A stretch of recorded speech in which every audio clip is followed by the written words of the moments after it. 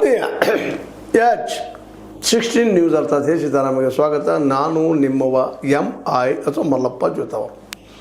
ಬಸವನಗೌಡ ಪಾಟೀಲ್ ಯತ್ನಾಳ್ ಬಂದ್ರ ಬಾಗಲಕೋಟೆ ವಶ ಅನ್ನುವಂಥ ವಾತಾವರಣ ಹಬ್ತಾ ಇದೆ. ಹೌದಾ? ಅಷ್ಟೊಂದು ಪ್ರಮುಖರ ಬಸವನಗೌಡ ಪಾಟೀಲ್ ಯತ್ನಾಳ್ ಅವ್ರು ಬರಲೇಬೇಕು ಅನ್ನೋಂಥ ವಾತಾವರಣ ಬಾಗಲಕೋಟೆಯಲ್ಲಿ ಹಬ್ಬುತ್ತಾ ಇದೆ.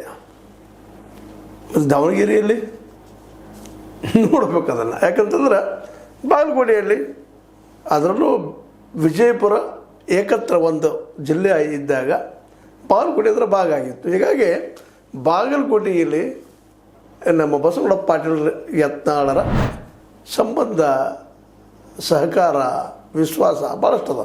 ಅದರಲ್ಲೂ BJPಯ ಪ್ರಭಾವ ಪಟ್ಟಣ ಮಟ್ಟದಲ್ಲಿ ಭಾಳಷ್ಟು ಅದ.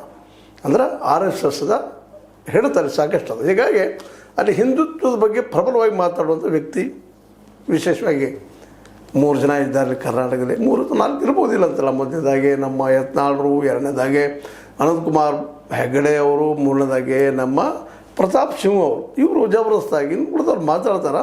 ಆದರೆ ನೇರವಾಗಿ ಚುಚ್ಚುವಂಗೆ ಮಾತಾಡಿ ಒಂದು ಹಿಂದುತ್ವದ ಅಲೆಯನ್ನು ಎಬ್ಬಿಸುವಂಥ ಒಂದು ತಾಕತ್ತು ಏನಾದರೂ ಇದ್ರೆ ಇವರಲ್ಲೇ. ಅವರು ಅದಕ್ಕಾಗಿ ಅವ್ರನ್ನ ಕರೆಸಬೇಕು ಅನ್ನುವಂಥ ಮಾತುಗಳು ಅಲ್ಲೆಲ್ಲ ಕೇಳಿ ಬರ್ತಾಯಿದ್ದಾವೆ. ಅವ್ರು ಬರ್ತಾರೇನು ಅನ್ನೋಂಥ ಪ್ರಶ್ನೆಗಳು ಇವತ್ತು ಸಾಕಷ್ಟು ಕೇಳ್ತಾ ಇದ್ದಾರೆ. ಅದರಲ್ಲೂ ಶ್ರೀರಾಮುಲು ಅವರಂತೂ ಸ್ಪಷ್ಟವಾಗಿ ಒಪ್ಕೊಂಡ್ಬಿಟ್ಟಿದ್ದಾರೆ. ನಮ್ಮ ಯತ್ನಾಳರು, ಬಸವನಗೌಡ ಪಾಟೀಲ್ ಯತ್ನಾಳ್ ನಮ್ಮ ನಾಯಕರು ಅಂತೇಳಿ ಯಾವುದೋ ಕಾರಣಕ್ಕಾಗಿ ಪಾಪ ಅವರು ಪಾರ್ಟಿಯಿಂದ ಅವರು ಹೋಗಿದ್ದಾರೆ. ಆದರೆ ಅವ್ರು ಇವತ್ತು ನಮ್ಮ ನಾಯಕರು.